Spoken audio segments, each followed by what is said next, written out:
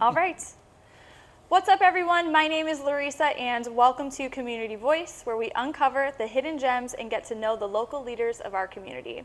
Today, get ready to witness the magic of local business ingenuity as we dive in and get to know Jason Rice of Westel's Speakeasy and Cocktail Bar in Downtown Willoughby. Super excited to have you here, Jason. Thank you so much for being on the show. Thank you for coming in. I'm excited to have this opportunity to sit down and talk to you. Absolutely. Well, we'll dive right in. First question, can you describe your business and how you got started? Sure. This business we opened 3 years ago, 4 days before the COVID shutdown. Nice. So we had some trials and tribulations, but we persevered. It was very interesting time. I think we all know that. Mm-hmm. But we did a lot of pop-up events and to-go cocktails and food. There's actually a drive-through in the back. We did an event that was really cool that helped out the neighborhood. The people around here, the regulars, or the now regulars, were unbelievable. The support was fantastic. So we made it through that little speed bump at the beginning, and now things are great. That's awesome. Back then, anything to get out of the house. That's it, anything to get back to semi-normal life. So how did you land on the name Westel's? I know there's some Willoughby history here. Can you touch on that? Yeah, so the city of Willoughby is named after Westel Willoughby Jr. He was a medical doctor from New York. They enticed him to move to Willoughby by naming the city after him, and it didn't work. So he never actually came to Willoughby. But in the search for naming this place, it's pretty hard to find something that's going to stick, something that's catchy, that has a meaning behind it. And I feel like this paid a little tribute to how we ended up here, I guess. He must have been an incredible doctor for... I would think so. For people to name a whole city after him, that he's never even been here, right? Never made it here, which is a pretty incredible story. He was, I believe, an OBGYN, right? I'm not sure where he was, but...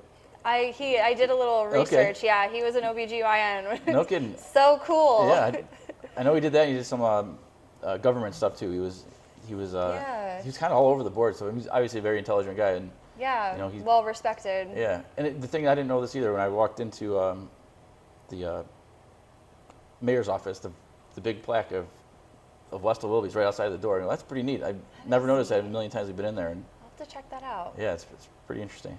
Very cool.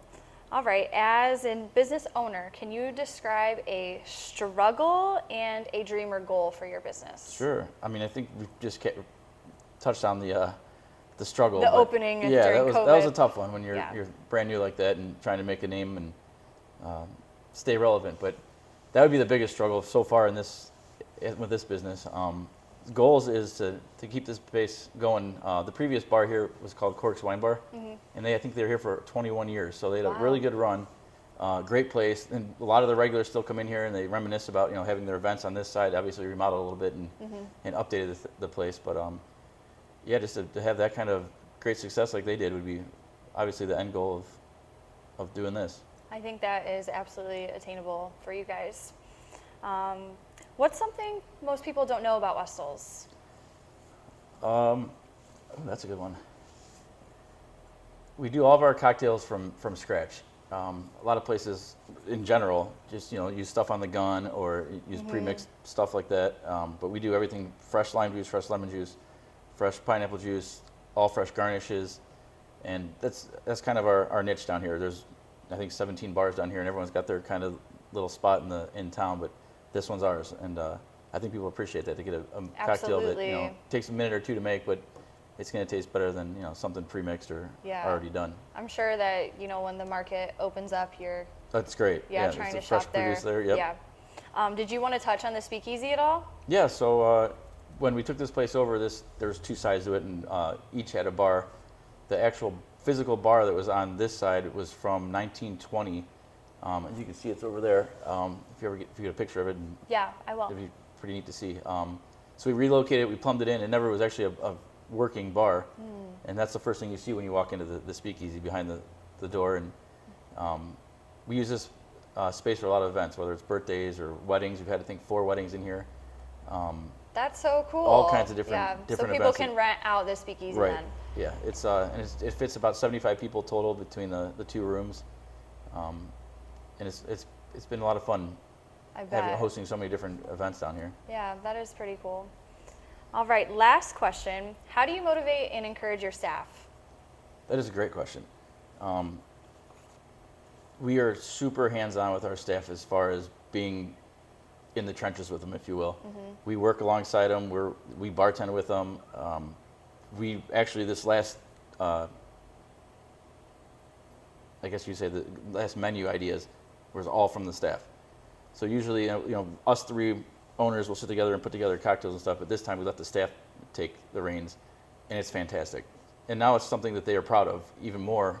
When they're like, oh, this is my drink, I came up with this, or this is Mia's drink, or this is Kevin's drink, and it's pretty neat to watch them now be like even more excited to get their drinks out, right, and come to work and show off their talent, because they're all very talented, and we're like beyond blessed to have the staff we've had since the beginning, and almost all of them have been here since day one, which is hard to say for a lot of places in this industry. Absolutely. So it's pretty cool. That's awesome. Good for you. Thank so you. happy that you support your staff. I wanted to bring up two things to wrap up that I think that, shine light on maybe who you are and what you're trying to bring to the community. First thing is, at the bottom of each page of your website, it reads, all served with love. I think that's great. Love that. Second thing, your patio is dog friendly, is that correct? It sure is. That's huge. Yeah, it's a lot of people down here are looking for that, that place to go to bring their pet, and we have the water bowl set up there and a few toys, and 99% of the time the dogs are well behaved. Every once in a while they'll bark or make a little noise, but other than that, we really enjoy it and encourage it to come out and bring your dogs with you. That's awesome. Well, again, thank you so much for sitting down with me. I will put all of Westel's information in the description, and if you like this episode of Community Voice, please interact with it, like it, share it, subscribe to the show, and together we can give our community the exposure it deserves. Thank you in advance for that. And if you're thinking about real estate in the Willoughby or surrounding areas, I am your local real estate professional. I work through HomeSmart Real Estate Momentum and have a background in title transfer. Thank you again. Take care, shop local, and bye for now. Take care. Thank you.